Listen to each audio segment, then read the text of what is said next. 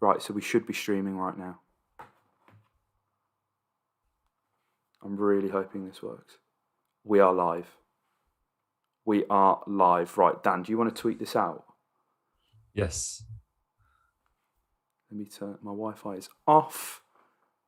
We are streaming Callum Chambers to Aston Villa. Just waiting for some people to hop on into the stream. Hopefully we get some people join us for this one. I'm going to tweet this out on my personal. Hopefully the live stream has gone live and is pushing this out to viewers. Let's see. I'm not seeing it on YouTube just yet. I don't know about you, Dan. I'm looking for the same thing, mate. Is this on? It's on unlisted. I'm a dickhead. I can change it now. It's fine. Right. This is live. That's the only thing. Right. Well. Oh, God. Edit. Why won't it let me edit the stream? This is really embarrassing. Well, I think we can trim this start from YouTube so no one will... Oh, my God. Right, okay. So no wonder no one was joining. We are live. People are going to see that. People are going to see that who watched back from the start, which is a problem. Callum Chambers to Aston Villa. No intro music to annoy people. Right, that should be live now, mate. Oh, yeah, it says public. Can we see this? We're away. We've got a notification. Perfect. We are live. Let's just... Yep, that is... I don't mean to be... Let us know in the comments below, guys, if you are in the stream. We are talking Callum Chambers. Joe Bees. Where did that come from? Good question, Joe. This one caught us off guard, so we thought we'd go live, we'd go impromptu, we would shoot from the hip, and we would give you our thoughts on Callum Chambers. Now, we'll wait for some more people to get into the stream, first of all. But Dan, how are you doing, bro? I'm not bad, mate. Not bad. It's this happened. This feels very Danny Ings-esque, doesn't it? Yeah. Remember last year? I remember I was in the cinema when that dropped, and I came out to about 46,000 messages from you, like, bro, where are you? Where are you? And this feels very much the same. You were enjoying a Nando's, weren't you, when I dropped you the message, like, mate? And I don't think any man has ever eaten a butterfly chicken faster than you just have in the last 20 minutes to get back and get on the stream. Mate, that's just what it's like. And do you know what's really funny? You mentioned the Danny Ings thing. The last time, I was in Meadowhall with my family and my girlfriend. When we signed Danny Ings, where was I? I was in Meadowhall with my girlfriend, and it came out of nowhere. And this signing, it feels very similar in the fact that it's just come out of nowhere. And I think there is a bit more to perhaps be excited about than people maybe are right now, Dan. But before we get into it, we have a few comments. J-Back Gaming, Joe Bees, Sean Moran, nice to see you guys. Evening all. As a Villa fan, I wasn't expecting to sign Callum. No, I don't think we had either. It's a strange one. It came out of nowhere. I think Villa, first of all, Dan, needed defensive reinforcements. And I think it's been a bit of a difficult one, hasn't it? Because it's a really hard position to recruit for, because you have Ezri Konsa, who is just absolutely phenomenal. Like, he is a rock at the back. And Tyrone Mings, as you guys know, we love Tyrone on this podcast. I think there are some very fair criticisms of Tyrone, but it's really hard because you're going to have to spend big money to get someone to replace Ezri. And I mean, Tyrone in himself is a £27.5 million centre-half, Dan. So you're going to have to look at spending that, if not more, to get someone in who's better than him, surely. So, and it's been reported that we've picked up Callum Chambers on a free. He's walking free in the summer. There's been no transfer fee involved, and we've just kind of swept in and took him off Arsenal's payroll, which is something, again, this is intelligent business, I think, to be fair, Dan, because Arsenal have a very high wage bill. Aston Villa need a centre-half. So from the business aspect, this is almost perfect. Yeah, I think it's a coup for Villa. The Arsenal fans, I was looking at the tweet, they look just as shocked as we are, but quite disappointed. He feels quite high profile, doesn't he? He does. To come in and play. Well, it's not even second fiddle, really, is it? It's sort of third or fourth fiddle. I would suggest this is a sort of. I would put him on a par with Courtney. I think Courtney's going to fill in on the left side, and Callum will fill in on the right side. But speaking of filling on the right side, he has played right back in a lot of his minutes. He's had a fair few loan spells as well. He's been out on loan to Middlesbrough and more recently Fulham in 18, 19. And he has been known to play right back. He came through Southampton, and I actually believe that was his original position, but he sort of established himself as he grew into a sort of his 6 foot frame as a centre back, and then he's been known to frequent that right back spot as well. He's got three England caps, which is very easy to forget. Very seasoned, obviously. He's played Europa League football with Arsenal, and he's had experience in that department. So for me, it does feel like, as I said, quite a high-profile name to come in and fill up that role, especially when he's been playing that role at Arsenal as well. He's been playing back up there. You would have thought he wanted to go somewhere and play some football. So it'd be interesting to see exactly what his kind of stature is inside the squad, where he falls in the hierarchy, I suppose, mate. I think the thing is as well, he's coming in with a point to prove. Now, you guys, let us know in the chat. There's some great discussion going on here, and we will get to that. Don't you worry. And I don't want to get copyright struck for this music on transfer marks you guys may have just heard. But he's coming with a point to prove, and he's not really played regular football for a while since the loan spells that you have referred to, Dan. This is going to be a bit of a different thing, by the way, guys. First of all, because we are live, and obviously we haven't done this since the Football Manager days, which we will bring back, especially as we're doing this right now. But it's, I don't know whether I'm trying to convince myself that this is a really good bit of business, Dan, because it hasn't gone as things expected. He did really burst onto the scene, and if you think of that Southampton team back in 2013, 2014, the likes of Luke Shaw, who really hasn't fulfilled his potential, but they had a really exciting squad. Jay Rodriguez, Graziano Pella, Dusan Tadic, Morgan Schneiderlin, Victor Wanyama, Sadio Mane, all these kind of players. He was a part of that, and he did look like a very exciting prospect at right back. Signed for 18 million. It didn't. It seemed like the right move for him, if we're being perfectly honest. He kind of burst onto the scene at Southampton, and with no disrespect at all intended to Southampton, there aren't many players that want to stay there for their entire career. And Chambers, I mean, if I recall, Dan, he always seems to play well against the Villa as well, which is almost a hallmark of players like this that we always talk about signing. But guys, I mean, let us know in the chat. I can't imagine he's going to be on that high of a wage. I think he was on about 100 grand a week at Arsenal, which is a lot. Do not get me wrong, but considering the fact that there's no transfer fee involved, we've not really seen too much about the length of the contract. So let us know in the comments if there's any talk of that from the papers and stuff. This really caught us off guard. But let's take to the comments, Dan. We've got some great chat here. Omar from the Villa Talks podcast, great podcast by the way. Shout out to Omar and the guys.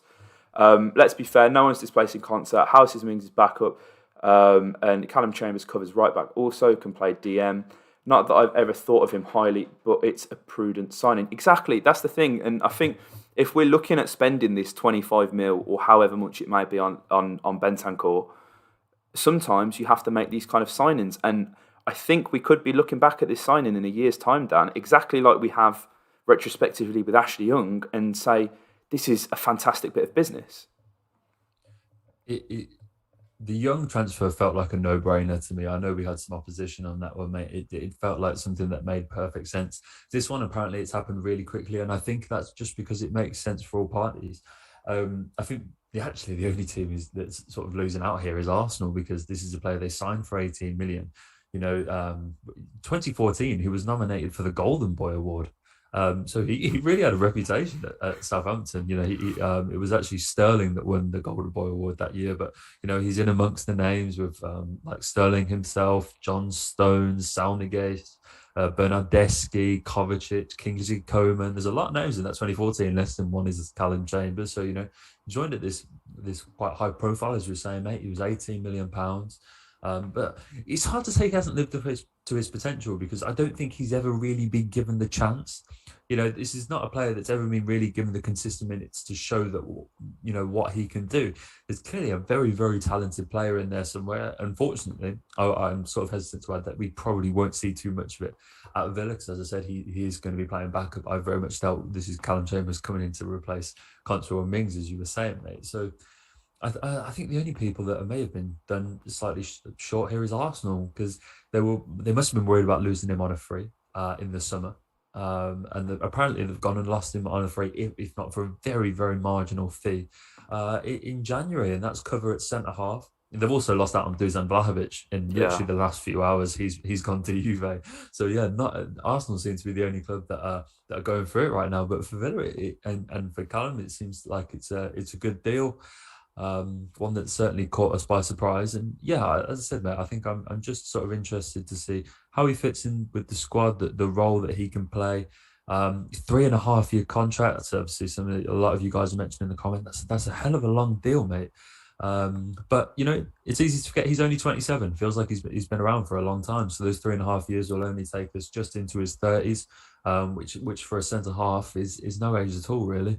No, that's the thing. I think we are lagging a little bit. So guys, let us know if we are looking decent in the chat, please. We'd love to know how the internet is holding up here in Sheffield. It's not the best. But no, 3.5-year deal. I don't really think that there's much wrong with this. I think ultimately as well, we heard Gerrard speak the other day, Dan, about the challenge of playing games, and I really appreciated his honesty, and I honestly expected nothing less from him, in that Aston Villa want to be playing the most amount of games possible. You're not going to hear Steven Gerrard complain like Jurgen Klopp, like Pep Guardiola, like Ralf Rangnick about the fixture pile-up and the fixture congestion, because ultimately where Villa want to be is pushing for that European football spots, pushing to win cup competitions. And if you're going to go deep into these competitions, Dan, you're going to be playing 60 games a season. So a squad is really, really important. There's some people saying that there's a 2 million fee involved. I mean, I wouldn't be surprised with this kind of stuff that there is a little bit of money sort of passed over the table, but it's nothing in comparison to what you're getting. I think what Villa have done really well, and I think you can criticise the recruitment strategy, especially when we've came up, but we have a back line that has barely cost us over the best part of £60 million, Dan. Maybe 70 if you include Dean now I'm thinking about it. But we've paid 15 million around for Tiggs. We've paid about 22 for Dean. We've paid 27 for Mings, about 17 for Martinez. Constance came in at 12, which feels like, we've got a complete back line full of backups, including someone like Kane Kessler-Hayden, who will be involved in the squad from the end of the season and going forward next season. We have a whole defensive unit for well under £100 million. Courtney Horse signs for £3 million. If you're getting Callum Chambers in for free, who can play the multitude of positions as we've alluded to, it seems like a no-brainer. And again, there's some brilliant comments here about where people wanting a DM, maybe looking for a striker. This kind of signing allows you to go and spend money in them areas, Dan. And I don't think Villa are going to stop hunting, or fans are going to at least stop demanding for a DM until we get our man. Really, are we?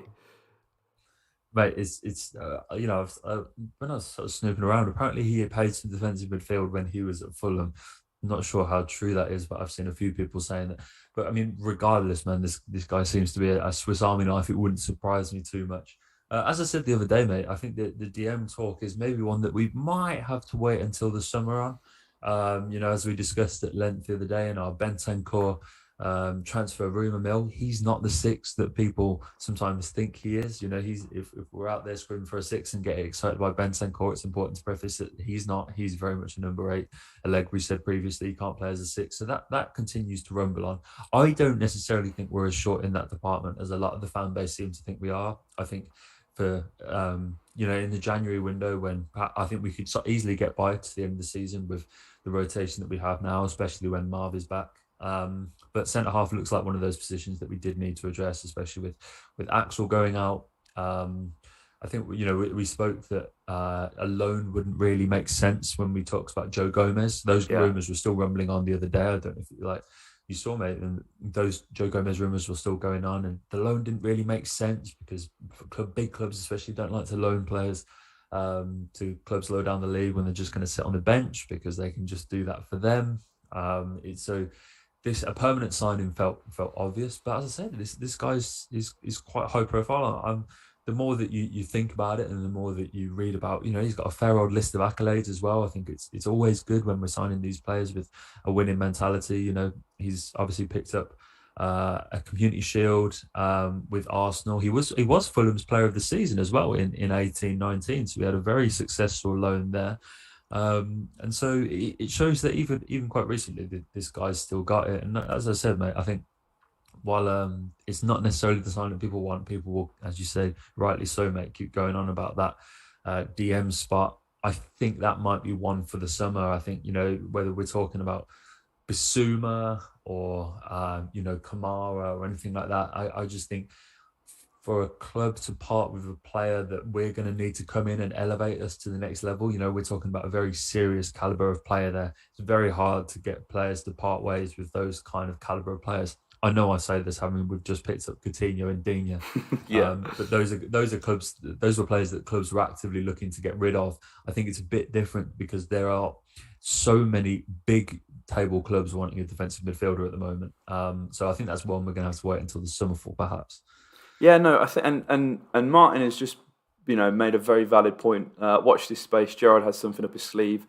CDM will be in before the end of Jan. Now, before this stream and before Callum Chambers would have been announced, I would be inclined to completely disagree with you, Martin. But I think the fact that we've been caught so off guard by this is a sign that Villa can get business done quietly under the radar. I think it let's be realistic, right? Callum Chambers is not.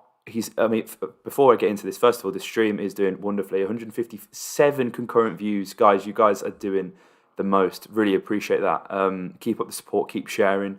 Get this all over Twitter. Get as many people in the stream as possible. But I think I've lost my train of thought. Yeah, Callum Chambers, let's be honest, isn't the sexiest name going. Let's be honest. He's a signing that I think will prove to add a lot of value to the squad the more I am thinking about it. But when you're talking about your Rodrigo Bentancurs, your Felipe Coutinhos, your Lucas Deans, these are the guys that you want the paper talk to be about. You want the media attention and the spotlight to be completely on Aston Villa, because not only did Newcastle, break their record, come near to their record transfer fee, signing Chris Wood for £25 million. I know they spent more on Joe Linton. I think he's second or third. We announced Felipe Coutinho only hours later, completely stealing the limelight, and that's what this is about. And sometimes you have to do these deals that do kind of come up, take people by surprise, maybe somewhat underwhelming on the surface, but I think there is a very valid point there, Martin. I think there could be a surprise coming in. Of course, we aren't in the know whatsoever. But while we are on the subject of DMs and midfielders, I think it's only fair to talk about Douglas Luiz. There's been a lot of talk about him today, Dan, and I had a tweet prepped and ready, and I thought, you know what, I'm going to sit on this. I'm going to watch the Book of Boba Fett. Fantastic episode if you haven't watched it yet, Dan. And anyone out, let us know if you watched the Book of Boba Fett from yesterday, guys. Let us know. And I thought, you know what, I'm going to sit on this tweet. I'm going to watch the Book of Boba Fett. I'll see how I feel. I'll see if anything changes about the Douglas Luiz situation as well. Because there's been a lot of talk. He's entering his final 18 months. There's talk of a reported £30 million bid being rejected from an unnamed Premier League club. And there's rumoured interest from Arsenal and Tottenham as well. A lot of people are saying, sell him, sell him, sell him. I completely agree with that sentiment, but this is something that it makes me feel somewhat uncomfortable, Dan, because at no point has Douglas Luiz ever expressed his want or desire to leave Aston Villa, right? He has not openly said he's looking for a new challenge, that he won't sign a new contract. And I can understand why people are frustrated, because, to be fair, I did tweet the other day as well, Dan. now we're getting all these contracts out. Let's get a new one for Dougie and Ezri. I know Ezri only signed one last year, but let's keep these people happy. I feel like people, and this isn't everyone, by the way. There is a minority of people that are just like, get him out, all this kind of stuff. 30 mil. If we could have sold him and made 30 million, if he wasn't going to sign a contract, I'm all for that, because you have to cash in on a player. And again, this is kind of similar to the Carney situation. A lot of people are like, Carney signed a ting. And it feels like a lot of unnecessary pressure is going on. And then, of course, as soon as I finish the Book of Boba Fett, Lord John Percy himself is tweeting saying we are entering negotiations with Douglas Luiz, which is brilliant news. It is brilliant news. And if the negotiations don't go very well, that is completely fine. Villa will look to sell him and, act in our best interests, as I'm sure Dougie will. But it's part, and I don't know whether it's just because we love talking about the club, Dan. We do it every day. We're always on Twitter. We're doing these podcasts, all this kind of stuff. A part of this Dougie stuff made me feel a bit uncomfortable earlier. I don't know about you, but it is brilliant news that we are entering these chats. And it's funny, the timing as well, because it's only been the past sort of 12 hours where the Bentancur deal has hit a stumbling block. There's talks of a loan. There is talks of Juve wanting 30 million because Boca have a 50% sell-on fee. It's all getting a bit messy. Now, if you can sign Douglas Luiz down to a new 4 or 5 year contract, that completely eradicates the need to go out and spend 25, 30 million pounds, euros on Bentancur, doesn't it? Yeah, I think, look, mate, it's one of those where, when I first saw it, I was like, nah, I don't want to sell Douglas.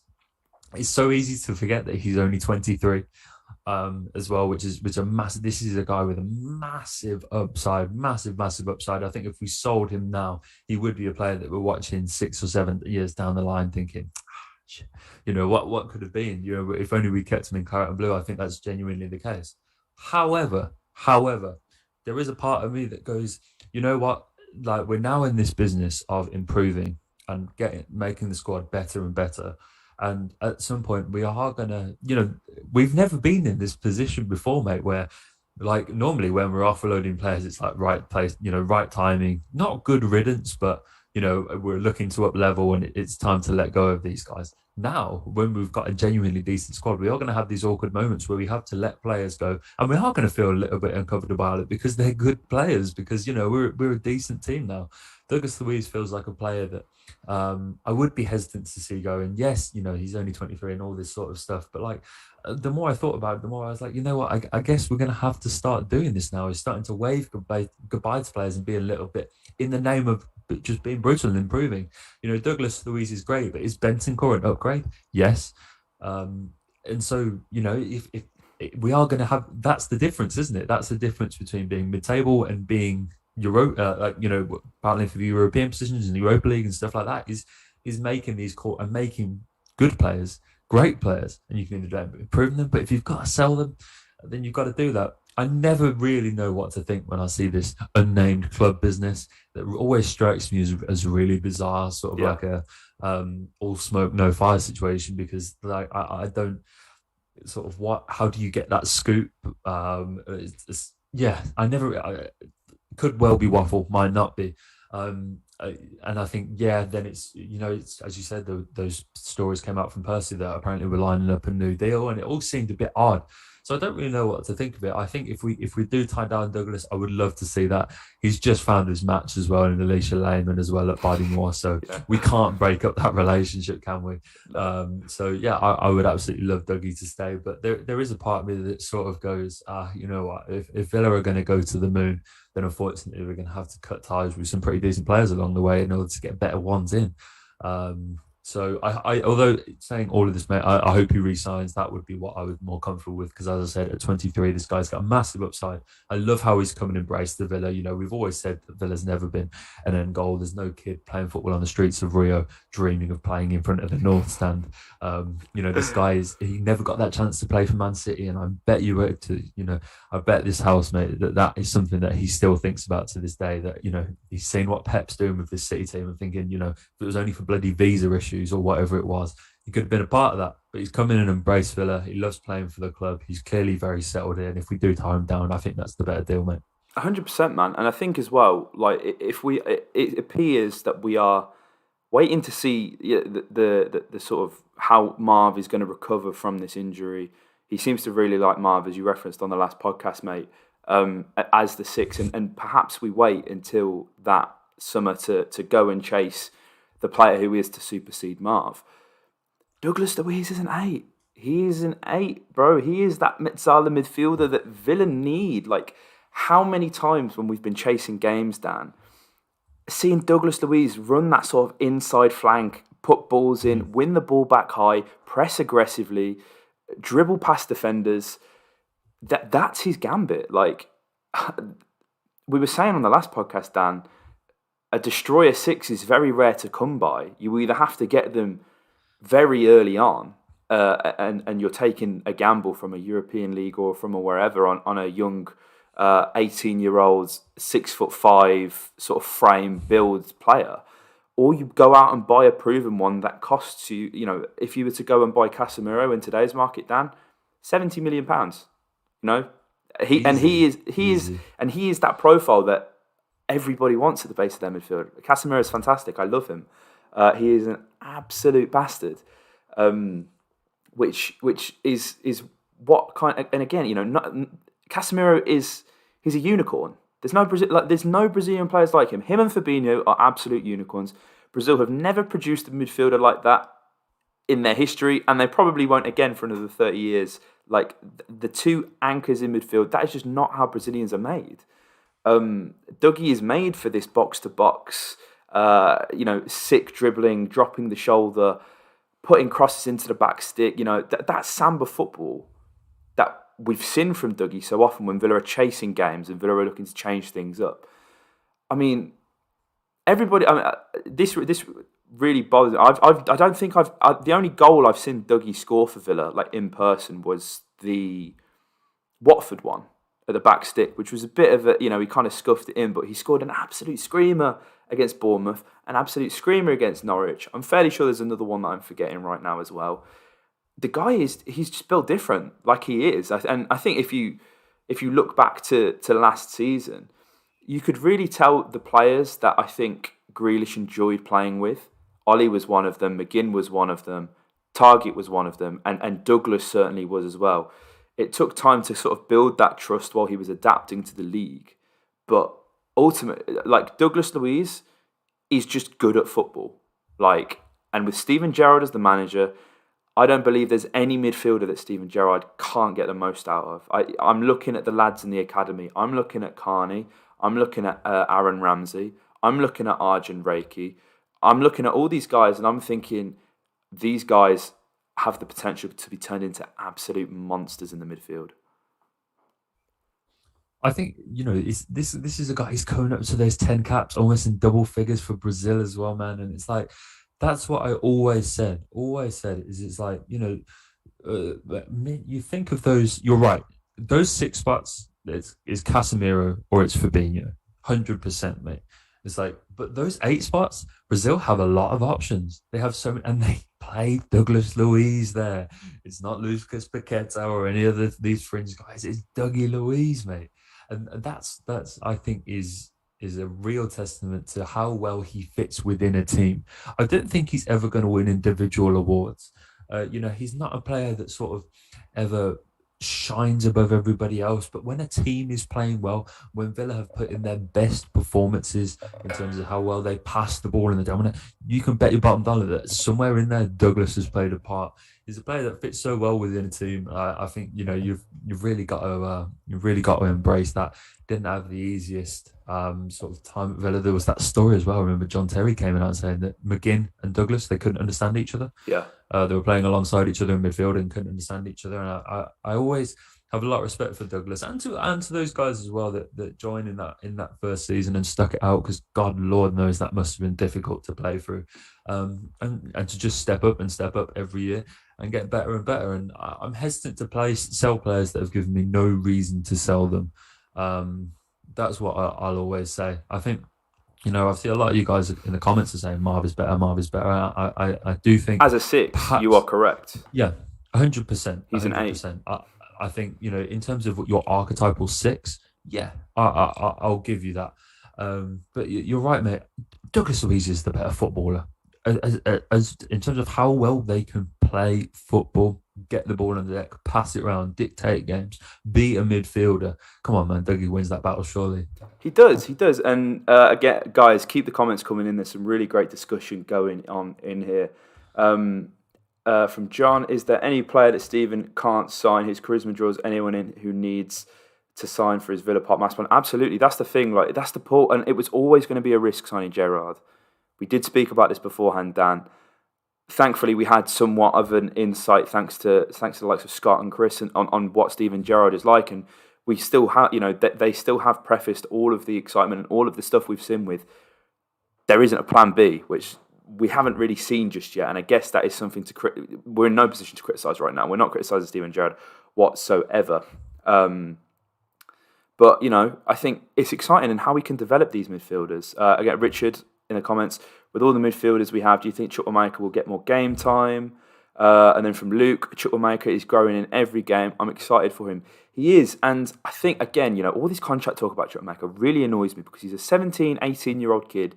He's just trying to play football, and it's all smoke from his agent. His agent wants him to be the archetypal Jadon Sancho, leaves big club academy in the Premier League to go and play abroad, gets big money, moved back to the Premier League. It's all about the money there, right? Jadon Sancho ideally did not want to have to go to Borussia Dortmund. He wanted to stay and play at Manchester City. There were wage issues, which again, that all falls on the agent and the negotiating party there. Chukwuemeka is involved in one of the most exciting Premier League squads that we have had in forever. He's playing and training with Felipe Coutinho. Steven Gerrard, who is arguably the best midfielder of the Premier League generation, is his manager. We've got a wonderful coaching staff, and all he's got to do is look at JJ and how he's progressed, because, Dan, there were times this time last year we absolutely love and adore JJ. We have done since day one. We have backed him from the hills. But there have been times where we've questioned his involvement. Why is he starting this game? Why is he playing on the wing? Why are we starting JJ away at Man City? These kind of things didn't make sense at the time. But right now, when JJ scores against Norwich away and takes on 4 players and scores with his weak foot, and then goes and does the exact same against Manchester United at home in front of the Holte end, that vindicates the decision to have started JJ in the 5 games he did that Dean did the season before, and make them 10 substitute appearances in that same season. And we're going to see the same thing with Carney. Sure, there's going to be competition, especially if Villa is still trying to recruit players. But Chukwuemeka is in ultimately the best place he can be right now to develop and to look to break into a Premier League team. Chukwuemeka doesn't leave and walk straight into another Premier League team, Dan. He has to go and play football on the continent. And again, he'll be a squad player for a lot of the time. Jadon Sancho, it took him a while to break in. Look at Bellingham; they didn't start him straight away. So I think I'm not worried. I'm not worried. We've heard Stephen speak about it a few times as well. Carney is getting way more football than any other 17-year-old his age is in the whole footballing pyramid at the level he is playing at as well, which is significant. It's really difficult. I think if you look at Phil Foden, man, he's only really become a regular starter for Manchester City over the past season and a half. Everybody's known his talent since he was 15, and it'll be the same with Carney. He will embed himself in the squad nicely, as he is doing right now, and in a year's time, in 2 years' time, Carney's going to be in a fantastic position. And we are seeing the progression. You're absolutely right, mate, in the comments. He comes on against Spurs, hits the post at the end of last season. Absolutely fantastic. Comes on against Man City, almost scores the winner. He's putting himself about more. He's learning that he has to use his body and be more physical, because that is ultimately what the Premier League is about. And yeah, I mean, Dan, next season's going to be massive for Carney, isn't it? Yeah, man. Mate, I have said a lot of stuff on this podcast, and I've come to be proved wrong, and I don't shy away from it. Last season, I was like, what is the point? Like, you can play Jacob Ramsey. I felt like, honestly, I felt like it was a bit of just a token gesture to the academy at points, man. Because I'm like, yeah, he'll come in and play well, but he was never going to get you a goal or an assist. That was always what I said. Absolutely. Is like, yeah, he can come in, he can play well, but he's not going to score goals. He's not going to give you what wins games. Like good performances don't win games, goals and assists do, and he didn't give you that. This season, however, humble pie, I've been served time and time again. I love it, mate. I'm so That's what here we for it. want. Yeah, that's what you need, man. Like the thing is, if you take me back in time, I would have said exactly the same thing. And I'd say if the goals and assists dried up now, I would say the same thing. I'd be like, man, like we can't afford to be playing people just to give them a free ride. If you're not going to contribute at the business end, you can't play for this team. And so JJ feels like one of those players that has come on and totally proved me wrong. But Carney's a better talent. Yeah, Carney is 100%, a, is a 100%. Carney is a player that, like, in my humble opinion, Carney's got a ceiling. Like he the way that he plays football, this guy is so young. And the way that he comes in, the way that he adapts to games so quickly coming off the bench. He's an 18-year-old that's coming off the bench in these big games, and it's just seasoned. He's slaloming around players. He knows he's cool, he's calm. You see so many guys come onto the pitch at age 18 and they're frantic. The stage gets to them, not to this guy. And there's a beautiful moment in where Coutinho scores his goal against Man United. He turns around to celebrate. The first person he embraces is a young Carney Chukwuemeka. And you think for those moments, man, like when Coutinho was absolutely bossing it in the Premier League 6 years ago. Carney's a 12-year-old. He's in year watching the 7. Premier League. Yeah, man. Exactly. Watching the Premier League, what we all were staring up at this guy, and now he's playing with him. And yeah, sure, he could go and get moved to a top club and be playing with players better than Felipe Coutinho. I'm not saying that, but is he going to be as involved? Is he going to be as trusted? Is there going to be that clear path? And no, I don't think so. And as I say, mate, JJ is an incredible player, but Carney's the big talent out of this crop coming through. No, he really is. And look, there's a fantastic point raised by a lot of you guys in the comments. We've got so many, like Philogene Badace, who's obviously on loan at Stoke. He's made 2 appearances for them now. Brad Young scored a few for Carlisle, who's come back now. I think ultimately, these guys need to play, and that's why they were loaned. But I think, Villa are looking at, first of all, just protecting the players as well, because like Young, his spell hasn't been brilliant. Same with Louis Barry as well. He hadn't had a great time at Ipswich. And it really did deplete our sort of under-19s and under-23 squads. I think we've seen a bit of a drop-off in performances this season. It's fair to say, because, the big dons have been either shipped out or sort of promoted to the first team and been involved in training. Kane Kessler, man. Do you know what's funny about that as well, Dan? We love Matty Cash here on the Villa Filler, but you guys will know it's not without the criticism. There are some flaws to his game, and crossing is one of them. Now, I'm not saying his delivery was particularly better at Goodison Park. I think that's the best we've seen Matty Cash play for Aston Villa since he's joined, mate. And coincidentally, it's the 1 week where he's had genuine competition in first team training. Now, I'm not saying that Kane Kessler was ever going to start this game, but it's given him and Steven Gerrard something completely different to think about. Yeah, mate, Kane is a player that I am excited to see more of. I think, he's someone that I hope is given that second fiddle role. I think, yeah, he's probably not ready for Premier League football just yet. I think it's one of those players where, if it's the problem is, mate, is it's very hard to induct right backs in slowly, because it's not a position that you can change. Like, a midfielder or an attacker is very easy, really, because you can, drop a winger out with 20 minutes to go, chuck your Philogene Badace on, and take your centre mid off and chuck a Carney on for 10 or 15 minutes and slowly build up their minutes like that. Not as easy when it's a defender, isn't it? If you're raising serious eyebrows if at 65 minutes you're taking off Matty Cash for Kane Kessler, everyone's like, well, okay, what's going on here? It's not as easy as that. So it's very difficult to give these guys consistent minutes just because of the nature of the position. So it'll be interesting to see what we do with Kane, because he had that loan at Swindon and he seemed to really endear himself to the fans. Yeah, as you said, they said that it's a bit of a learning curve for him. There are still some holes in his games, and yeah, which is why I say perhaps not quite ready for Premier League football yet. But I don't think he's far off. He has the energy. That I think Matty Cash and Kane are actually quite similar players. Honestly, I think the way that they would rumble up that right hand side, the energy that they would bring to the game, would be quite similar. From the times that I've seen Kane play. But yeah, as I said, mate, it's difficult to know exactly what his path is into the first team. And it's the same for the centre halves. Lamario Bagard, Sil Swinkles, Kerr Smith, who we've just signed these centre halves. Especially now, funnily enough, what we are originally on this live to talk about. Callum Chambers. Callum Chambers has just joined. It's a difficult path into the first team. So it'd be interesting to see what we do with those, because all the attackers and the midfielders, I think they speak for themselves. I think the path is clear. But for the defenders, I think it's a little bit more blurred, mate. Yeah, I think sometimes you do have to go on however many loans to prove yourself or just ultimately bide your time. And you don't really see too many, I think, if you look at Crystal Palace, probably the only exemption with Gay and Anderson at the back. It's a very young centre half pairing,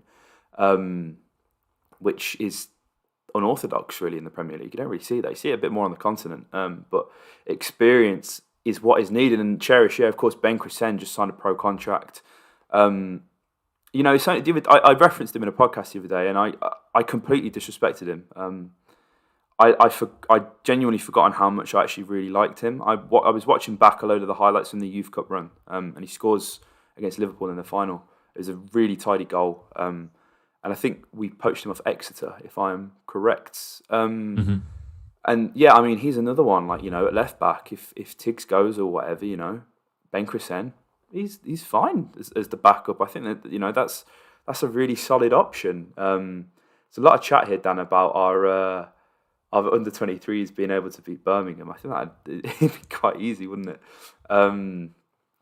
Wow, they're in the shit right now. I mean, it's fine though, isn't it? Who cares?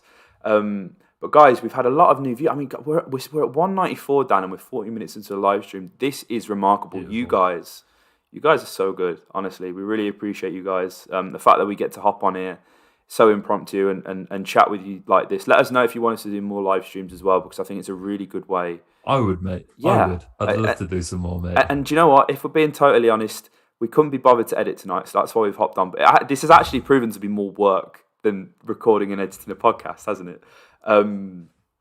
But yeah, no, I think it's a really good way of interacting with you guys. And I think before we wrap it up, just some final thoughts from you guys on Callum Chambers. Let us know in the comments. We've had quite a few new viewers hop in and out, so we'd love to know.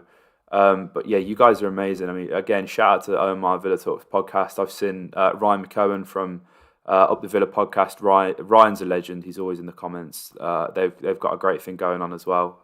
Congrats on the Spink podcast as well. It was really good. I listened to that when I finished work yesterday. Cameron Archer, we've got to talk about Cameron Archer, Dan. It was written in the script. Real quick. Cameron Archer is Ryan Lowe. First of all, is a fantastic manager. Shout out to Chris Cooper of UCFB, Plymouth fan. It's Plymouth till he dies. Been telling me all about Ryan Lowe.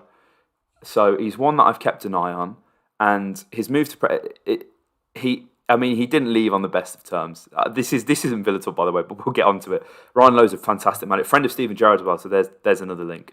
And Ryan Lowe, as soon as he found out Cameron Archer was available for loan, was on the blower to Steve and said, "Listen, we need to get him." I listened to an interview with Lowe, and he basically, he sold the project to him. He did everything you expect a manager to do. But it seemed he really did his due diligence to get him in. And Preston, there are. First of all, I love Preston. Preston away, one of my favourite aways to do. You get a large allocation. Robert Snodgrass scoring the late winner there. There's so many good memories. I love Preston. Yeah, that's a brilliant away day. But he's done his due diligence. He's got Cam Archer in, and there is a pedigree at Preston of forwards over the years. They've had some decent ones. The loan spell with Green didn't quite work out the second time round, I know, but I am a big fan of Sean Maguire. They've had the likes of Imchenko there from Man City, who's now at Wolfsburg. He was at Middlesbrough as well and couldn't hit a barn door for them, but he's scoring goals in the Champions League now. And it was written in the stars, mate, that Cameron Archer would come on and score against the Baggies on his debut. What impresses me even more about this, Dan, and this is what I absolutely love about Cameron Archer, and the goal very much reminded me of Tammy Abraham. If it's coming off his head, his balls, his ankle, his hip, it don't matter. The kid just scores goals, and throwing himself into a header like that, on his debut, having the confidence to do that at a place where his family are all Wolves fans as well. So quite naturally, not only just being a Villa player, but having that ingrained in you, hating the baggies, having the cojones, as Juan Troy Deeney would say, to do that and score a vital goal. I've got so much time for, mate. I love it. Mate, that's his 11th goal in all comps this season. We're in January. He's the most prolific under 21 player in England this season with Tyrese Simpson. So that's taken into account all domestic competitions. Cameron Archer and Tyrese Simpson are both on 11. You've got the likes of Bukayo Saka down at 7, Fabio Carvalho on 8, and this guy's on 11. He just seems to score wherever he goes. I absolutely love Cameron Archer. Have done since he got me promoted twice on Football Manager when he was at Solihull Moors. And don't you think that's amazing, mate? How a player can go from playing non-league football like he was at Solihull Moors. It really struggled there. Really struggled for goals, and it's not as easy as I'm sort of making it out to be. But I think he got 3 or 4 goals across the league season, played almost 30 games, and he comes in, walks into a championship team and bags on his debut. He scored at Stamford Bridge this season. What an incredible story, man. So much love for Cameron Archer. I really, really, really hope that we see him leading the line full time for Villa one day, because that would just be a beautiful story, man. Proper Cinderella stuff. It really would. Honestly, I'm loving that Archer loving as well. I think there is a genuine discussion to have. Is Archer a better finisher than Ollie Watkins? I don't know. I don't think it's something I would like to comment on. I love Ollie. I got a bit of stick on one of the podcasts the other day, Dan, because I was being a bit hyperbolic, saying Ollie Watkins' performance was a disgrace, but I love Ollie. I genuinely do. I just feel like and there's been some talk, right? There has been some talk. We'll speak about Ollie before we leave. I heard, this isn't in the know, this is just from chatter down the Villa or whatever, there is no reliable source or whatever, that there was murmurs that Ollie to Arsenal in the summer was an option that Arsenal were looking to explore. Now, Ollie Watkins, as we all know, is an Arsenal fan. And his head was apparently seen to be turned by this. And he's recently, I'd put his sort of downwards trajectory in form down to the fact he's just had a child. I imagine he's having many sleepless nights. God knows, I ain't planning on having a child anytime soon. I don't know about you, Dan, but he is still quite young, and that is a lot of pressure and a lot of new sort of experiences that you're going through. So I kind of put his form down to that. Is there something in that? Does Ollie want out? Would you blame him for wanting to go and play for his boyhood club? You can't really. I don't know. It's completely a conspiracy theory, by the way, guys. As I say, this isn't in the know whatsoever.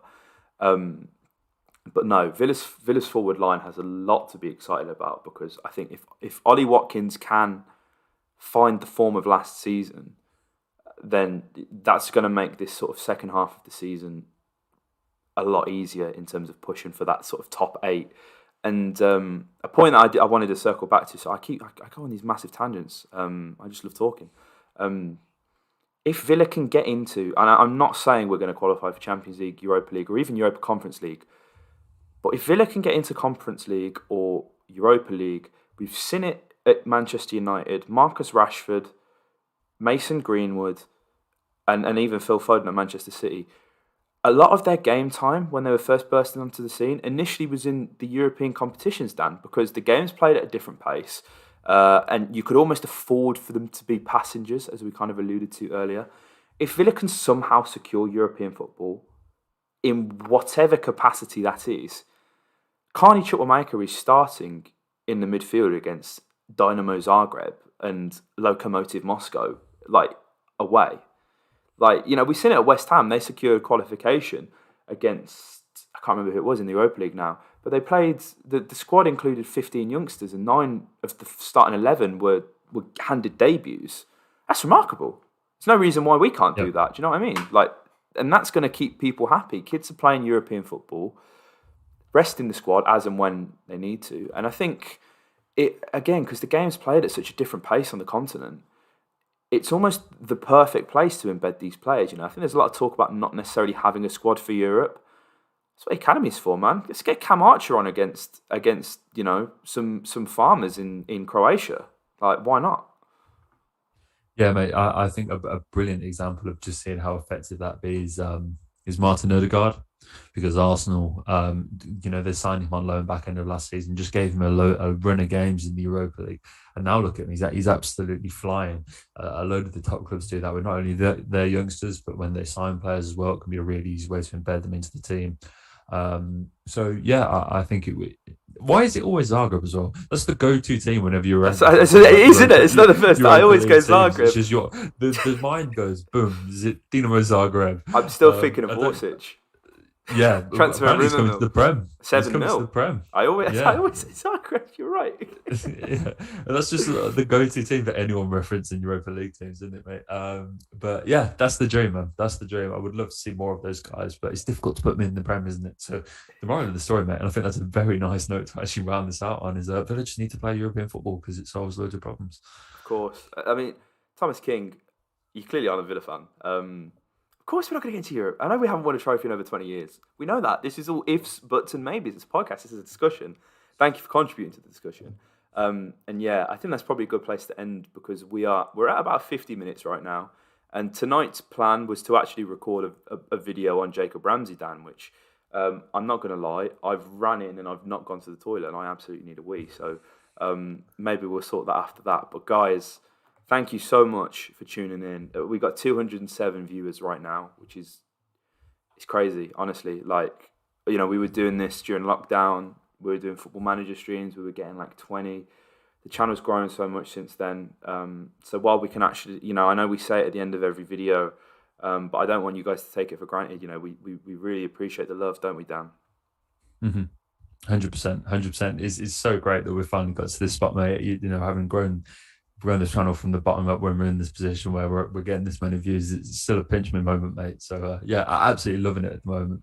Absolutely. So yeah, guys, if you haven't already and you're new to the channel, make sure you subscribe. Make sure you hit the notification bell. You'll never miss a podcast video or time we go live. And yeah, I'm going to press the same time tomorrow, Martin. Quite possibly. It depends who Villa want to drop on us. But yeah, I'm going to try and stop the stream now. My internet hasn't been brilliant, I can't lie. But yeah, thank you again, everyone, for hopping in. You guys are real. If you're watching this retrospectively as well,